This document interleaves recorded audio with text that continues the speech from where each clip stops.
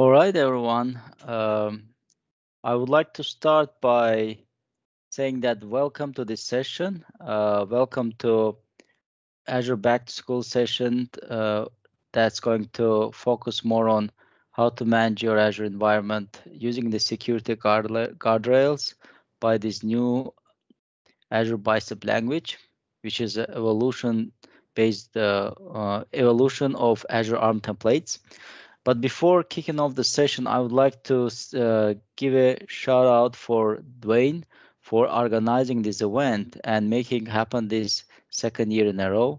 It's a big logistics behind, and there are probably some other people who are helping. So thank you everyone, especially Dwayne for putting this event. Secondly, I would like to thank everyone who is going to listen me for the next an hour or maybe an hour and a half to learn about Azure Bicep. And of course, most importantly, I would like to give my say big thanks to my wonderful wife and kids who made this possible by providing time to make this recording happen during these off work hours. Again, in this session, you are going to learn about managing your resource deployments with Azure Bicep and Azure policies in one whole approach that will satisfy your organizational policy. All right, a little bit about myself. My name is Elkhan Yusubov. You can just call me L to keep it simple. I'm a blogger, speaker, and mentor, and I work for a company called TRex Solutions. And for the number of years, I have been a Microsoft certified trainer, and I enjoy to learn and also share new things, teach to my students. I'm well versed in healthcare domain based on different APIs and data standards, and I'm a vivid speaker on different events. I like to attend mostly Microsoft Azure tech related events, but I also volunteer my time to some uh, events that are based to provide service to community by educating and empowering the people who are just starting the tech. And if you would like to connect with me, this is my Twitter handle. You are more than welcome to tweet. I would be very happy to follow you, get connected. If you want to read more about Azure Bicep and Azure and security related topics, I blog about that on thecloudmarathoner.com. And of course, feel free to get connected with me on LinkedIn. I'm always happy to accept new connections and learn more about you and see what type of challenge you are going through and how I can help you. This is what you see on the screen is the the company where I employed, and this is an infographic that describes the company profile. And TRex is a mid-sized company, and it's very good place to grow your career and do interesting work. Our company mainly specializes in serving government and federal civilian agencies, with U.S. Census Bureau being the largest mission-critical work that we did, and we are still continue doing that. And yes, we have open positions. Check them out if you are on the market, and feel free to reach out to me if you have any questions and want to join our team. All right, let's look into what we are going to cover today. Of course, we are going to start with what is Azure Bicep. We'll have a short review of this language. We'll also look into why this language is important, and it's a good to invest your time and learn about it. Then we'll look into Azure security resources. What are they and how to provision them on Azure Bicep? And plus, a number of demos to make sure that we get our feet wet with Azure Bicep language and the way how we can use it to secure our environment using Azure security resources. All right. Next, what we see is the list of the things that describe Azure Bicep. DSL stands for Domain Specific Language, and as you see, it's a declarative language, the Azure Bicep. And the purpose of Azure Bicep is to simplify the authoring experience with a cleaner syntax and more code reuse. This is a relatively new language and aims to make it easier to write infrastructure as code uh, for developers and DevOps engineers that typically create ARM templates targeting the Azure Resource Manager. And main idea is help here is to write down in a syntax that is more manageable than the JSON syntax that used to be in place for Azure ARM templates. It's a transparent abstraction over ARM and ARM templates, which I'm going to show in the next slide what it means. And it's a much simpler way basically to author your Azure resources by using a familiar language and concepts. And it's not a JSON, and that declaration is not going to be based on JSON structure. Right, that said, we spoke about this transparent abstraction. So if you visualize that, as you may see here, we have Azure Bicep Language sitting on top of ARM templates and ARM, which is Azure Resource Manager layer. That's basically an authentication authorization layer, which is it's a authentication layer being straight, and it's a layer that's actually interacts with Azure Portal. Whenever you are trying to manage resources, go through this layer as well as Azure SDKs. And that's why we say Azure Bicep Language is a something that's basically, if it's a Azure Bicep works as an abstraction layer built over these ARM and ARM templates. And all resource types like API versions and properties that are valid in an ARM template are equally valid in Azure Bicep. And anything that you can do with Azure ARM templates is doable with Azure Bicep language, as it provides this, again, it's a transparent abstraction over ARM. Okay, that said, let's look into how it looks like, right? So we talked about Azure ARM, the Azure Bicep language. We talked about ARM templates, which is JSON structured file.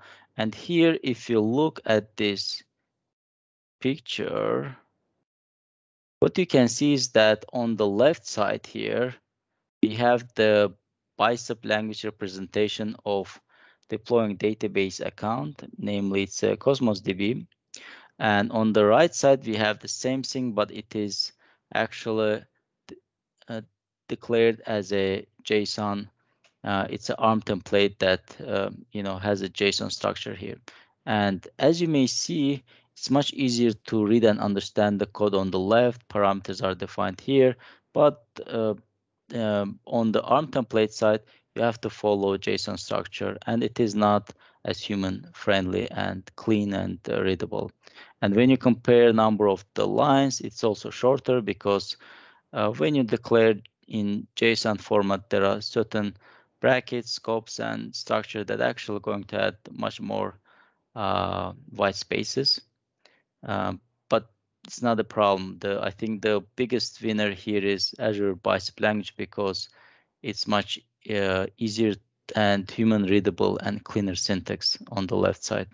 But they both do the same thing. Okay, so based on this picture that you see, it's not only the picture, but I would like to give you 10 more reasons why why you need to consider Azure Bicep language for your next Azure authoring project and what type of benefits you can get from it. So first, it's easy to understand and maintain, as you see from these examples. Second, it has day one support with Azure, meaning any new resources that are added to the Azure or any new updates that come to the Azure existing resources, they are going to be readily available because Azure Bicep and ARM templates, they use the Swagger spec in order to get the API changed, and whenever they are deployed to Azure environment through ARM layer, they are exposed and they are available to be used right away. Then it has again, it's a transparent abstraction over ARM layer and ARM templates, and and Azure Bicep Language actually comes with awesome tooling support in VS Code, which I'm going to show. It has clean code syntax, so it's easy to understand and maintain. Code reusability is done through the modular approach where you have modules. You have something similar in ARM templates called linked templates, but it is not as intuitive and as you would see, it's not as easily, done as it is accessible and readable as you would see it. You would see that how it is. Basically, it's done much easier and intuitive way on Bicep language rather than on our ARM template. Next, there's a deep integration with Azure. And you get the great support out of it.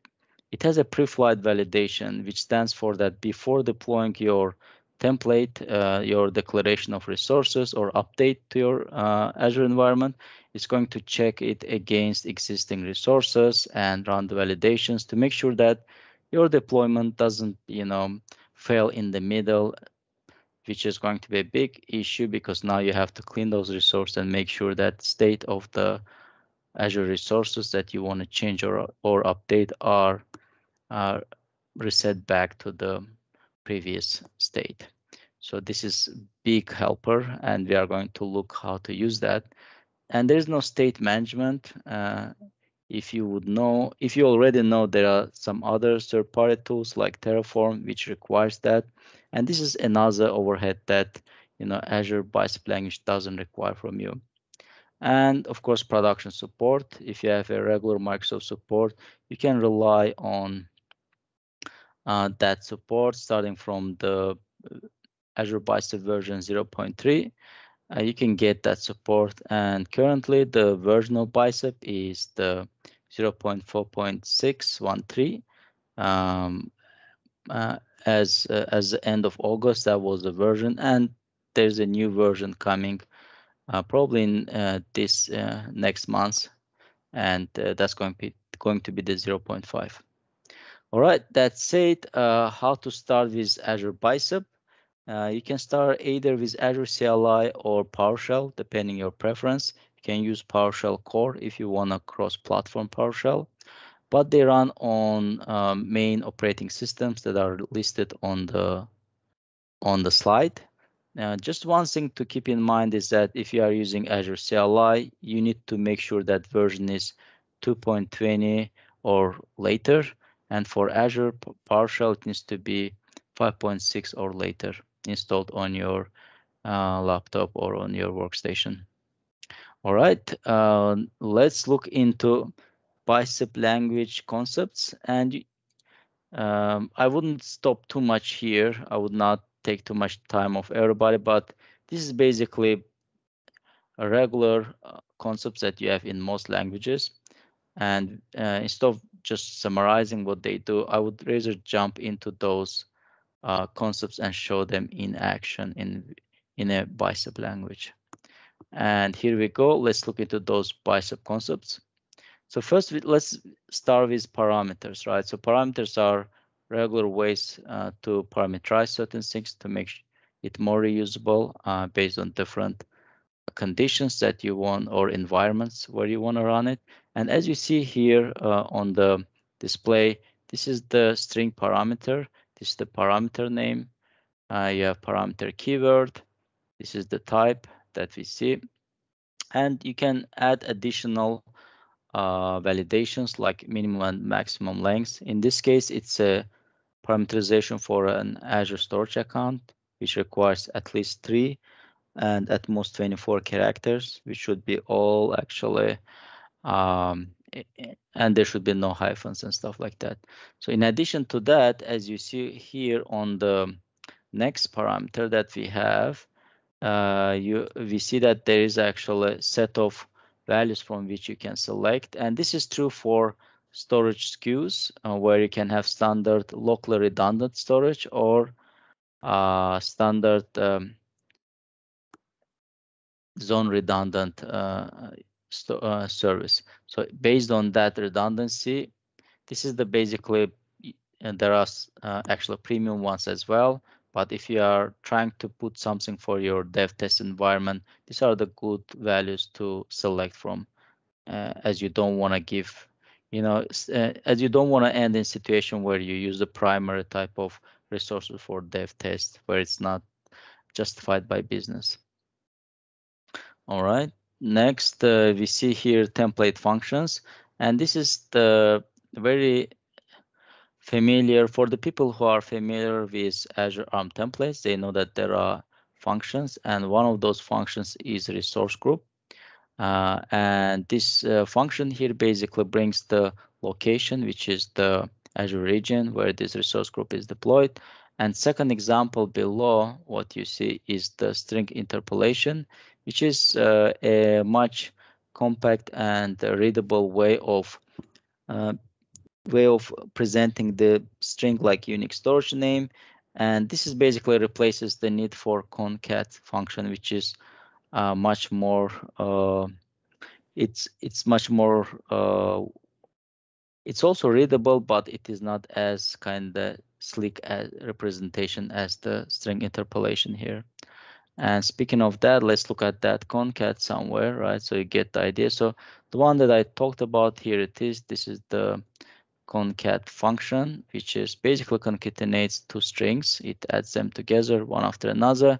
But as you see, this is the modules, right? So the difference here is that you have this module keyword that defines the module, and it basically modules is another bicep file that you reuse within the other bicep file. In our case, it's a VM that's getting referenced, and under these params here, we get all the required parameters for deployment needs to be defined. Otherwise, you would get some validation error. And this is how the basic parameters are defined. All right, that's it. Let's move forward here to the next slide.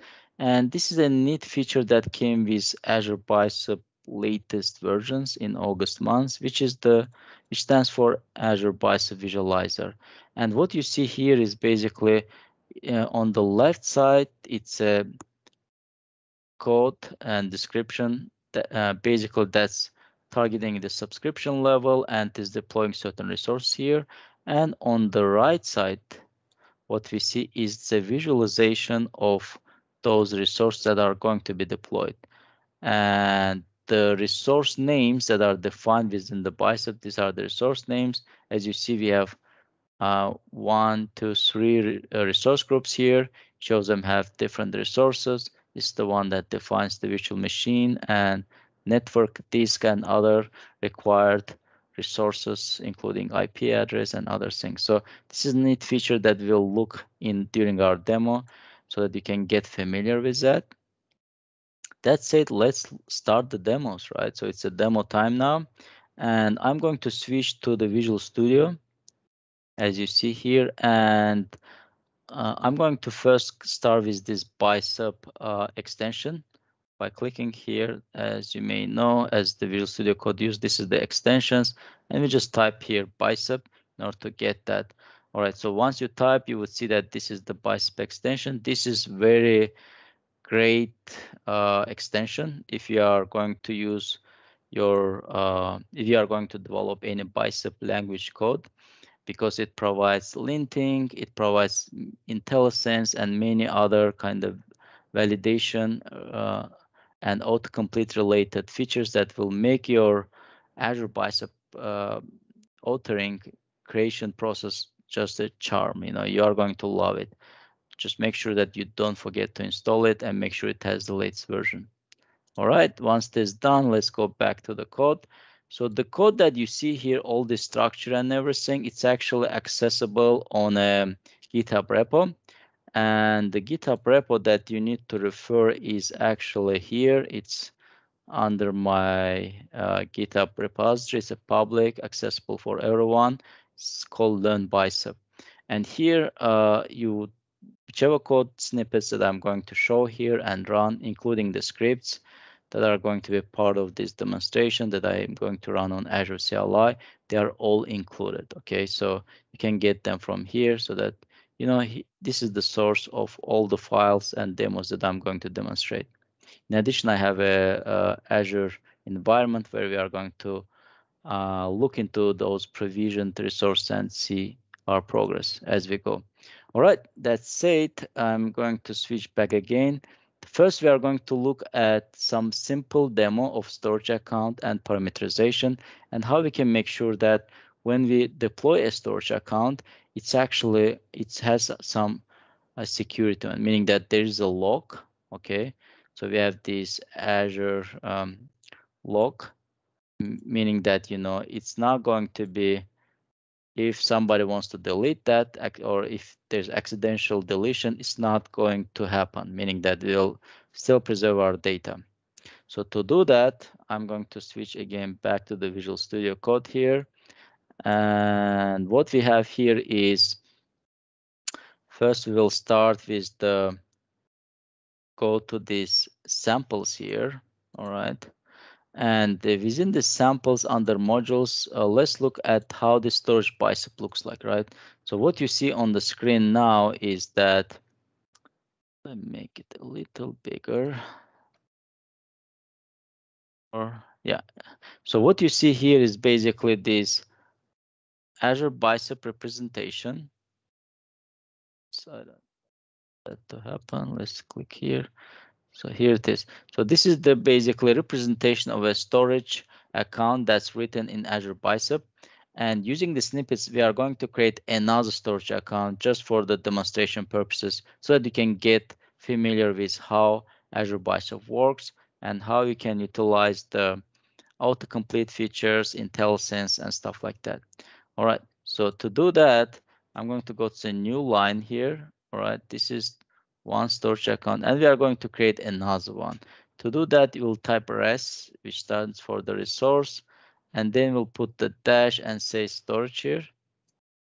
Oops, resource type. You can also type storage right away, like I did, and then click on it, okay? So I'm going to type storage and click on this. So once we click it, first, as you see, it's going to ask us to fill in the storage account name. I would say we can call it test storage. Next, it will ask for the available. It will ask for the resource type. This is the resource type, and this is the API version. If you want, you can actually change it. I just want to demonstrate that that's possible. There are different API versions. The recommendation is to use either the latest or one before the latest. Usually you don't want to use preview features if it is for production. All right, so let's use the one that's there. And then as a name, we need to give a unique name for our storage account. It needs to be between 3 to 24 characters, and we can say test storage school 0856 to make sure it's kind of have some uniqueness. Then as a location, as you see, it's saying that it's a resource group location, right?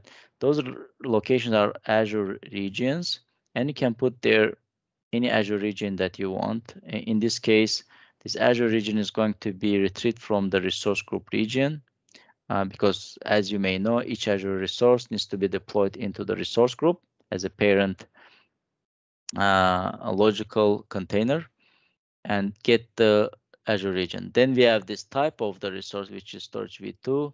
And this is actually says premium, but premium is going to cost us money. If you don't need it, it's better to use the standard one. That's why here, after two dots, semicolon, basically you can get this nice IntelliSense to choose from. LRS here would stand for locally redundant storage standard. So I'm going to choose that one because that's the something that will that's good enough for our demo. All right, that's it. So we saved this. Now we have two storage accounts, and if you remember, I spoke about this Bicep visualizer, and to initiate that visualizer, you need to go to the top right corner and click on this icon. Let's do that. Now let's switch this. So as you see here, we have two storage accounts. The one that's here we just created, and the one that's on top was existing one. So if you want to deploy them, let's look at the quick deployment, and then we'll jump back to see how we can add the Azure Lock resource. Okay, so to do that, I'm going to, so you would need to have your terminal open. So to do that, if it's not open yet, you can go to this terminal, either Control Shift Plus if you are a hotkey guy, if you like hotkeys and quick keys. But in my case, I'm going to click just on New Terminal, and you can delete those things that you don't need. So it will initiate new terminal. And now, before deploying this, we need to make sure that we know the location where our storage it's under the modules, right? And second, first we need to create an Azure resource group for it. Okay, to do that, we would first, and if you want to follow a snippet, it's over here. You first need to go and create the you'll first create the Azure resource group, and then you would want to deploy it as it is here in the snippet.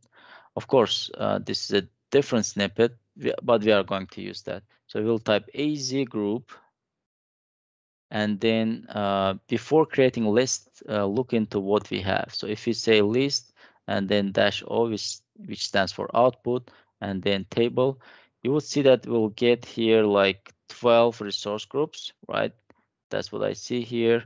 And they are all in East US and East US 2 except one, which is Central US. All right, and that's the one where actually, so in what we are going to do now, we are going to create a new resource group. Let's call it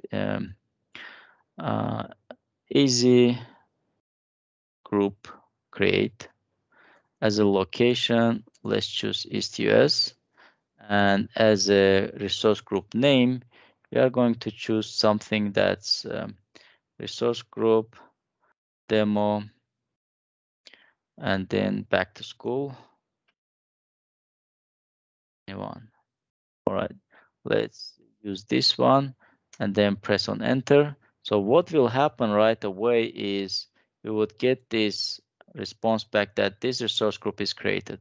And you can, if you would like, you can always check it by rerunning that list.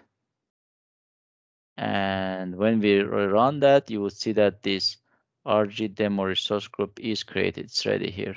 Okay, let's use that one and deploy our storage, two storage accounts, the first and second one here. That's what we are going to do next. To do that, we'll just come here, clean the screen, say AZ deployment, and we are deploying on a group. We want to create this deployment, and the resource group name should be the same that we just created. And then we need to put the file path, in our case, under the modules, and it's called Storage Bicep. If you press on a tab, it will basically iterate through the files that are starting with the same first couple of letters that you type, the same file, and find it. So at the end, you see there's a -c. -c stands for preflight validation. And let's see how it will work. So what should happen now is our script is going to be validated, and our storage.bicep deployment is also going to be validated against the Azure resources, and we should get some type of overview on what's going to be changed in our Azure environment. So that's the report that we got. It says, hey, there will be some resource created. First, it will create this storage account, and second, it will create another storage account. So two storage accounts are going to be created. So do you want that to happen? Let's say yes. And once we say yes here, then Azure is going to deploy that to the subscription where we are logged in. If you don't know how to log into subscription, go to the top of the file. You would find login information, how you can do that. All right, so it's all here. No, and while it is deploying, Let's switch to our Azure GUI portal and see what's happening. So I'm going to refresh it, and we have 13 resources. So this is the one we just deployed, Azure Demo Back to School 21, which is, I'm going to click on it. And here, what you see that I'm going to refresh, nothing here yet. So I'll go to deployments. It says that, okay, deployment succeeded. I go back to overview. And when I refresh it, I see that 2 storage accounts are here created. So that's great. So this is our first deployment that succeeded. And here's the response back, right? It says it succeeded. It was deployed into this resource group. So I'm going to clean the resource. So this was first part of the demo. Second part here, if I switch back, we are going to do, there was no security resource involved into that. So let's make sure that whenever we deploy our Azure resources, storage resource, there is actual lock that would prevent from deletion. To do that, for example, currently, if I go and let me actually run this again.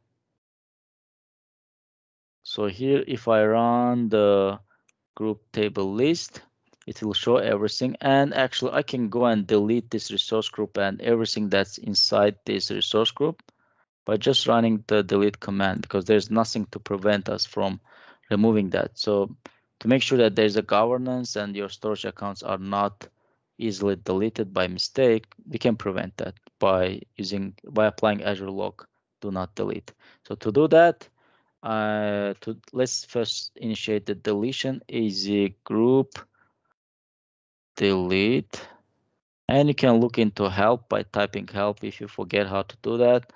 This is always good refresher. It requires name, resource group name by -n or g, and that's what we are going to do. All right, so you'll say az group delete and -n, and then we'll put the name here, which hopefully the same, and then say, okay, go and do that. It will ask that, are we sure to do this operation? Yes. And now deletion process actually started. So while this deletion process is going of the existing resource group and 2 storage accounts that are associated with that, we are going to look at a different demo where under the samples files, I have this deploy storage account with lock, right? And this is a bit different deployment where we are going to use a different target scope. So if you remember, first one, we have to create a resource group and then basically, use that resource group to deploy the template resources into that. But this template resource actually different. It has this scope where we have 4 scopes. By default, if you don't define, it's going to pick up resource group. But in our case, we want to take subscription level. And reason is that we want to create our own resource groups here. Okay, here's the resource groups. And then once our resource group is ready, it has location tags, we are going to create a storage account. But this storage account is different. As you may see, it's actually using the module keyword here. Let me actually make a different zoom here, much better zoom. So it's actually using the module, and it's actually referencing this file to go and get the storage, parameterized storage that has a lock in it. And how we can know that, right? If it's the case. So we can navigate there by control and then click on it. There's a great navigation, and we'll jump back into that storage account. So it has certain descriptions. These are the parameter for name prefix. We have a parameter that defines the storage name using the string interpolation here on the line number 14. Then line number 15 actually makes sure that the storage name is lowercase. And then we have this parameter to define the redundancy. Do we want to give redundancy or not? And then it's actually defined the storage account. Here it's a storage name that's coming from the variable on top. It has a resource group's location and geo redundancy Boolean value that defines if you need geo redundancy, then use geo redundancy standard service. Otherwise, use local redundant.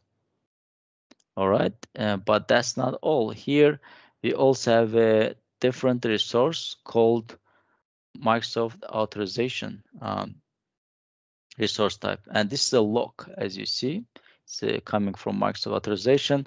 It said do not delete, don't delete lock, and it is applied on a storage account. Don't delete. All right, so let's see how we can actually, while this still running, as you see, oh, it's done. So it says that that resource group has been deleted.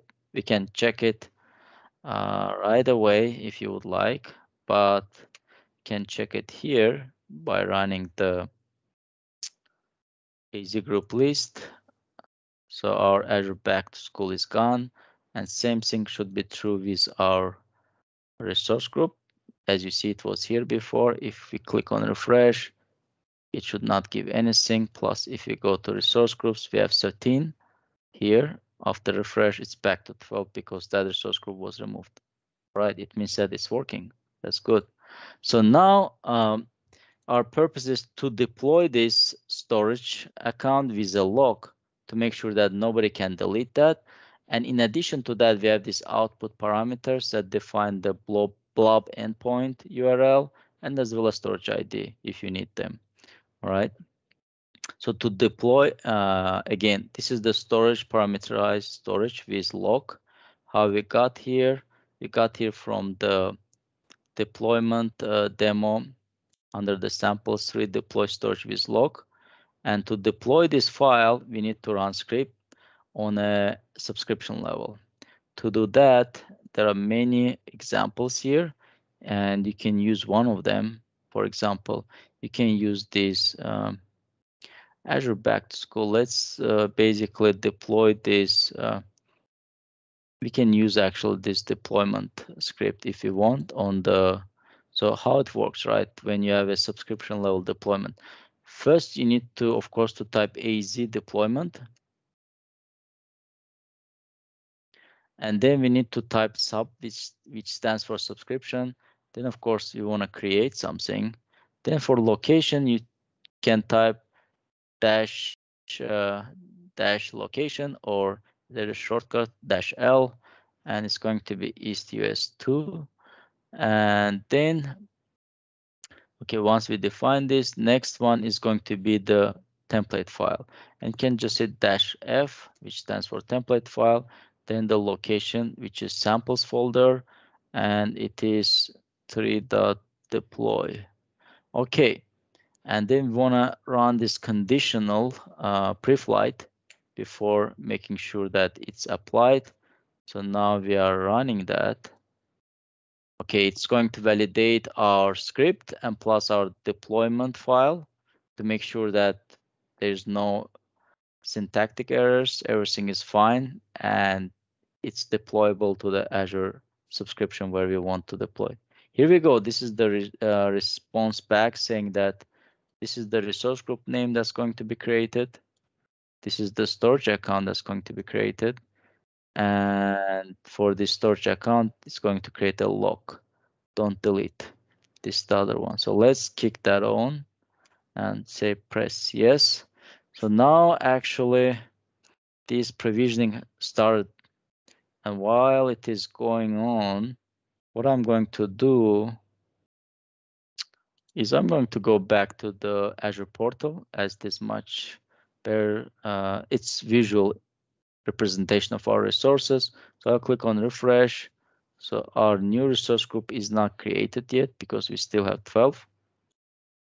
Now it is 13. And here we see there's a new RG back to school 3. That was the resource group name. And if we refresh this, it says nothing is there. One deployment succeeded. If you look at the deployments here, this is the deployment. And in addition to that, if you go and look at logs under the settings, you should see there's a log. Let's let it come up. So whenever you use your Azure portal, keep in mind that it's much slower in terms of bringing information than. So it's not here. It is. So this log is already. It's do not delete log. on a given storage account, which is great. So now what we are going to do is we'll try to delete that resource group, right? And we should be prevented from doing that. So let us list all the groups, resource groups, and then we are going to try to delete the resource group that has a lock on a storage account. This is the resource group name. We'll say, okay, AZ group, delete. Then the name of the resource group. And let's see. Of course, it will ask, do we want to perform this? We would say yes. And here we go. It says there's a scope lock. That's why we are not able to delete that. And that's expected behavior. It means, you know, our deployment and actually succeeded. Now, based on that, I want to move to the second demo here, which is going to be about Azure security resources, and we'll look into Azure policies, definitions, and initiatives. In our case, we are going to deploy a security definition and policy that's going to restrict our deployments to certain Azure regions, okay? And you can restrict that by also making sure that only certain Azure VMs queues are used. You can govern, you know, where and how the resource can be deployed within given scope. So to do that, I'm going to switch back again to our Visual Studio Code. Let's go there, and now we are going to close this Windows, right, and look into this demo number, demo that says /deploy. This is the one, right? So when you open that, what you see is that it's a deployment target is a subscription, meaning it's going to be applied to subscription. And if you look and click on this Azure Bicep visualizer, it tells you that, all right, what we have here is location policy and policy definition and its assignment, okay? These are the two resources that are going to be deployed. And it has enforcement that all the resources must be either on East US or West US regions, and we'll give an option to either audit that or deny, you know, if there's violation, so it can prevent from deploying to a region which is not one of those listed locations. So to do that, before jumping into that, I would like to show you existing actually let's go to the next tab. We'll ask to go through that validation. All right, and here we have policies. So under policies in overview, I already have certain policies, and if you look at them, you would see that they may have this non-compliant state or compliant state, and we have only two. So what we are going to try to do is we are going to, you know, deploy another policy that will have restriction on where our Azure resources could be deployed on a given subscription. To do that, I'm going to switch back to the to our Visual Studio Code, and we are going to deploy this Azure policy with a definition that's defined on this file. To do that, because this is again subscription level, we're just going to kick off the deployment based on the subscription. And there's already actually should be code snippet here. All right, we have this deploy allowed location policies. So another way that you can use is actually you can right click here and say run line in terminal. That's very handy when you don't want to make any you know, fat fingering while typing. So I'm going to use this option now. And as you see, it didn't work, which is totally fine. So let's see what went wrong here. So first of all, I think it's template file because it says something on that file, and we need to put a correct location. This is under samples, and this is something that start for and deploy. All right, now it should be correct, and let's put -c for preflight validation and kick enter. Now evaluation should go, and it asks us, do we want to, how we want to enforce this policy? Are we want to audit or deny? Let's choose the deny so that we can see that, whenever somebody is trying to deploy something to a different location, it's actually going to be denied because we have a policy that should prevent it. However, while this is running, this policy, I want to show you something here. Let's refresh this. Okay, it's not there yet. It will take some time to appear, but before diving into that, I want to show you where are the current locations. So as you see, all my resources are deployed into East US and East US 2, except one, which is Central US.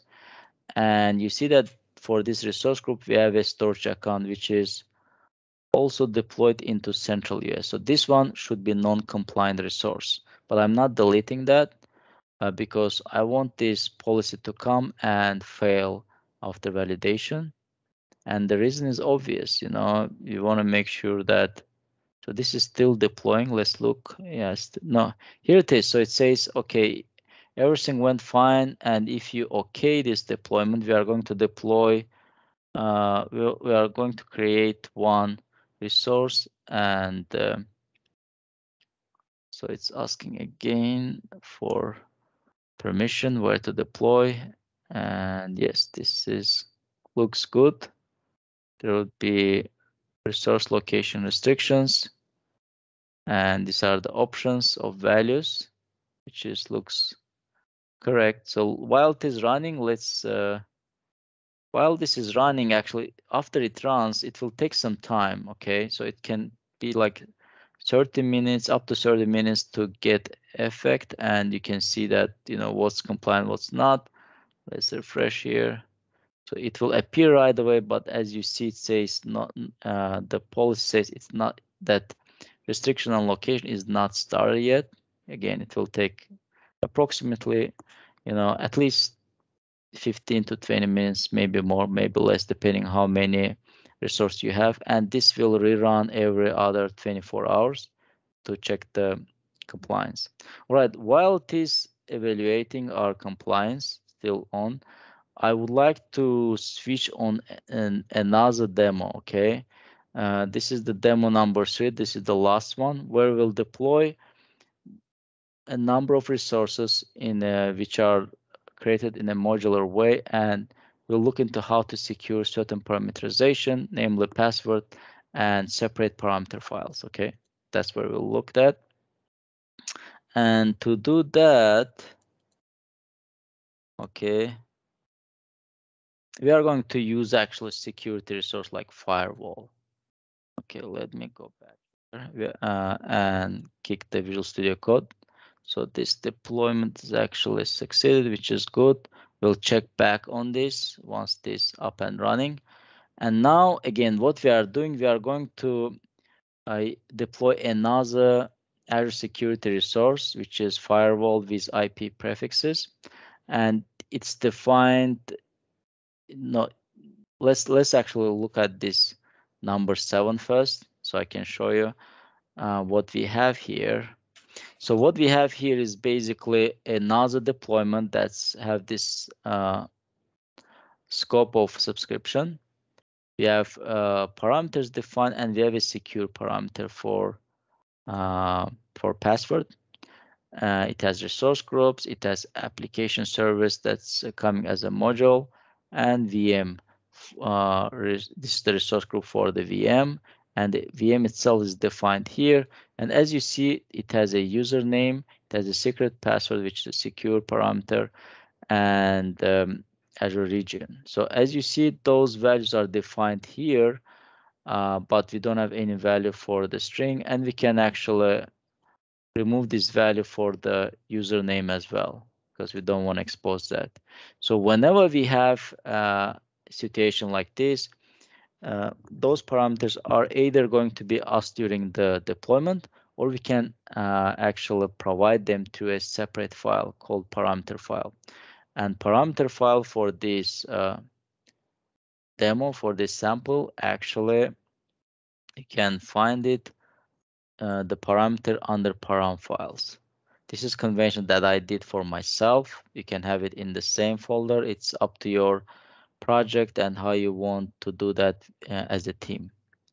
So if you open that params file, now you see the following things. You see that there is a parameter file for dev kind of environment. Of course, you don't want to put here anything that's production related. And this is the actual uh, template, Bicep language code template, and this is the parameter. Let's look into the parameter.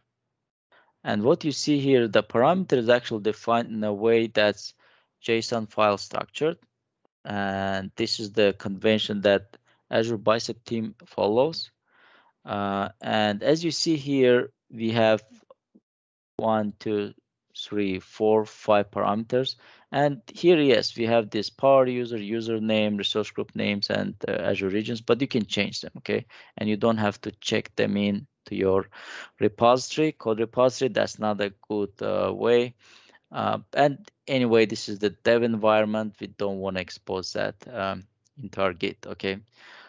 So in my case, I actually checked in this file, so they are accessible to you guys, but you can always go ahead and make sure it's ignored by Git and not checked in. And if you don't know how to do that, you can always, Google that and you will get how to do that nice and easily. All right.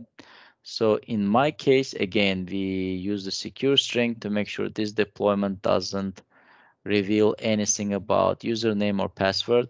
And if you want to look at visualization, what should happen when you deploy it, you see that it's going to deploy 2 resource groups. One will have your Azure app. Let me make it bigger here.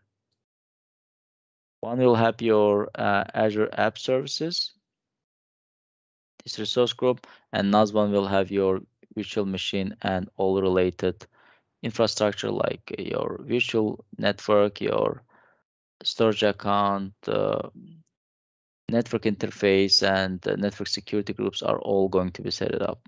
Okay, that said, I'm going to, if you want to kick that off and see how it works, the snippet is here for number 7, and let me show you how it will work.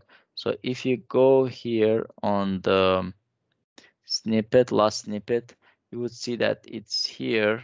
It's actually deploying on a subscription level. It has a this is the where your template is, and if you go to the end, you will see that in addition to that, you have a parameter file that defines where to get these parameters.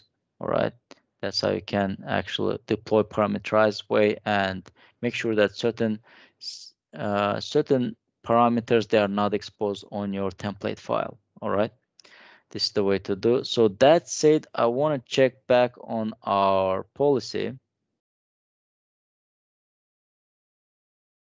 It's still saying not started, which is fine. We'll come back to that again, probably in a couple of minutes. While it is still spinning and evaluating what we have, I want to move to the next demo, which is actually also using parameterized deployment, but it's using it for firewall resource. And here, as you see, we have 4 parameters. This is the Azure region where we want to deploy our firewall. Then we have a VNet name, VNet address prefix, and we have firewall subnet prefix. That's all described here by using this description.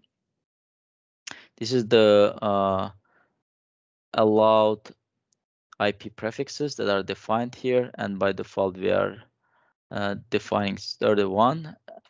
Then we actually use a string interpolation to define a user-friendly firewall name, public IP name, and IP prefix name.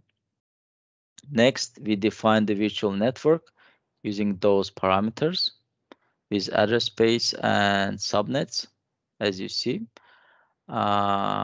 And then we have IP prefix that's defined here that utilize the same location, Azure region.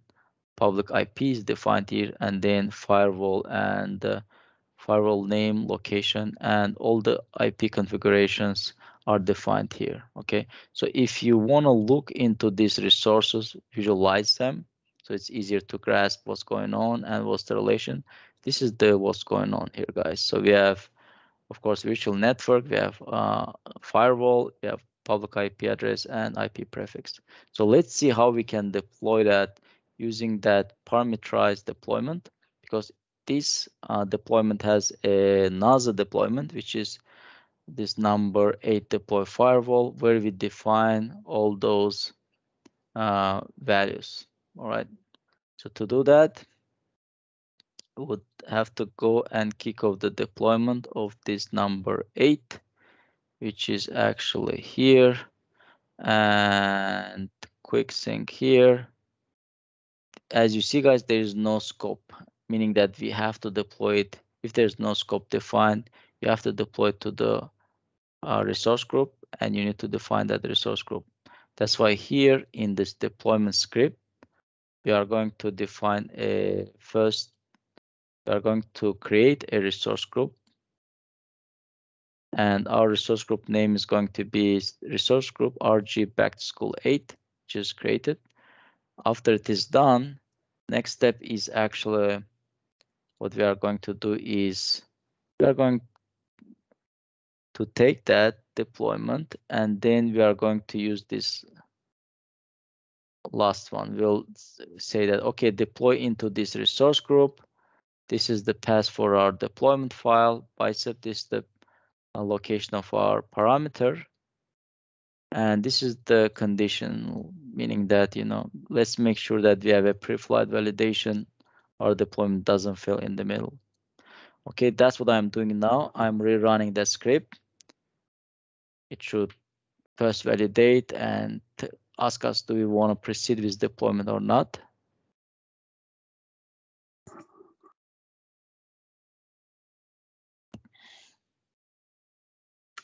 So while waiting on this, let's check. Okay, here we go. It says everything is fine. It's going to deploy all these resources, which is 4 in total. We'll say yes, let's proceed with that. And while this thing is baking and getting deployed behind the scene, let's look into our Azure policy. I hope there's a, yes, here we go. That's good. You see, it say it's not compliant, and that's expected result. If you click on it, why it is not compliant, you should get that. Here we go. That thing we expected. It says that there is this storage account. It is in a, it is not. It's basically violates the policy that's defined there. Let's go back. All right. Details of compliance reasons are listed here. It's in central US, but it should be in one of these targeted locations. This is the reason why it's not, which is great. Again, like this is shows that how compliance and what's not compliant.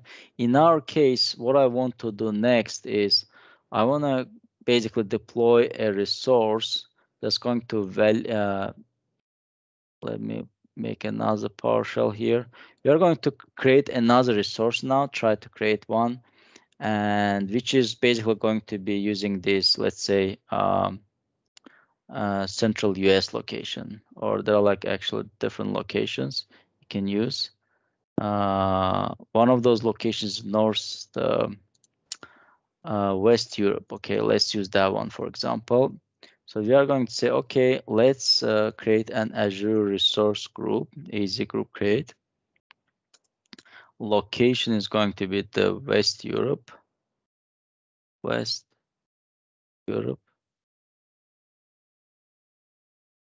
And name is going to be the, okay, resource group in West Europe. Okay, and let's see what happens.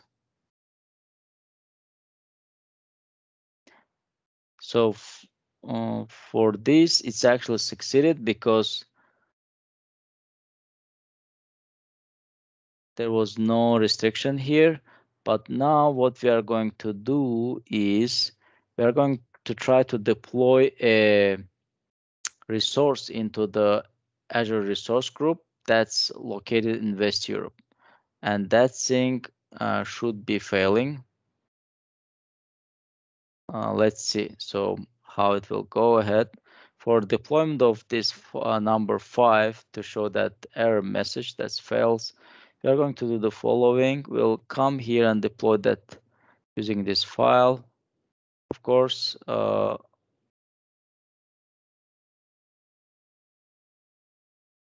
let's copy this. I need to modify that because the locations is not correct. And here's saying the last one should be template file should come from samples 5 and then -c. Let's see what happens. My expectation is that, because this resource itself is in West Europe, okay, we are trying to put that there, it should fail due to the Azure policy that we deployed, and it is actually actively there. So let's see what will happen. All right, here we go. That's good. So it means that, hey, your validation failed. You cannot deploy because there is a policy violation. It says that, hey, check this custom allowed locations for resources. Okay, so we have this actually for resources, but we don't have that policy for resource groups, which is another initiative that needs to be added. But you get what I mean here, right? So it's basically caught up and doesn't allow us to create because that policy is in effect. And that said, I'm going to switch back to our previous deployment, which was to deploy the, if you remember, it was deploying the firewall with IP prefixes.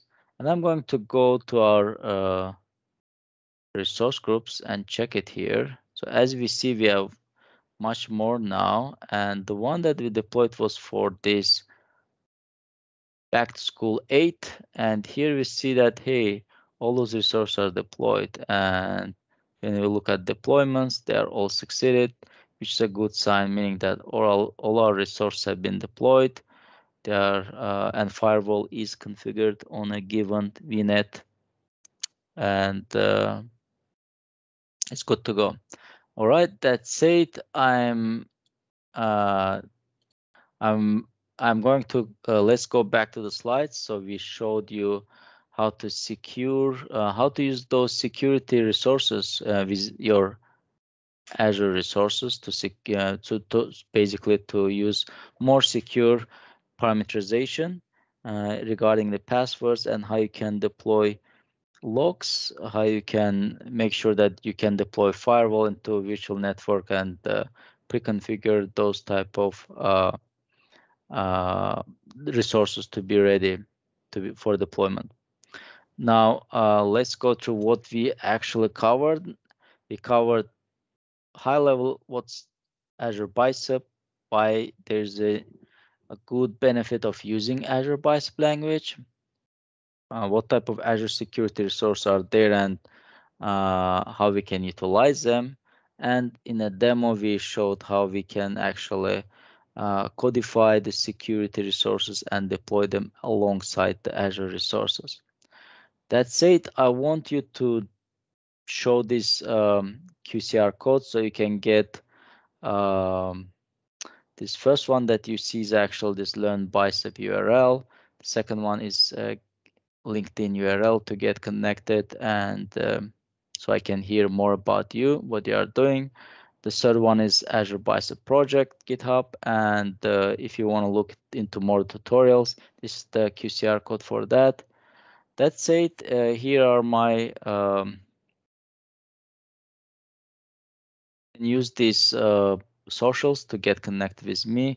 And please go ahead and check my blog, the Cloud Marathoner. There's a ton of information there about Azure security topics and as well as Azure Bicep and its new features. And I share my experimentations there so you can get up to speed and maybe I hope that would be helpful for you as well in your learning journey of the cloud and how to use the security as a code and overall kind of codify your deployment. All right, that's it. Again, thank you everyone for listening till this moment. Uh, Please connect with me. Here are the details how you can do that. This session, of course, you are going to watch from YouTube, so put in the chat, if you have any specific challenge that you are going through, and let me know. I will be glad to help. And again, thank you for organizers of Azure Back to School. I really hope you enjoyed this session, and you will find it, a valuable step in terms of stepping up your game with provisioning security as a code and using Azure Bicep for these needs, because it's much easier to start with Azure Bicep and do your managing of security resources in Azure using Bicep. I will just add here at the end that there's also the scope of deploying the tenant Azure AD related resources using the Azure Bicep language, but we didn't touch it that topic today. If there's an interest, I'm actually planning probably uh, write down blog about that, and hopefully present in one of those events where I hope to meet with you again. Okay, take care. Thank you for watching again. Thank you for organizers. This is a wonderful event, and let's keep in touch. Visit the Cloud Marathoner blog post, and thank you, Azure Back to School. I hope everyone enjoyed this session. Bye for now.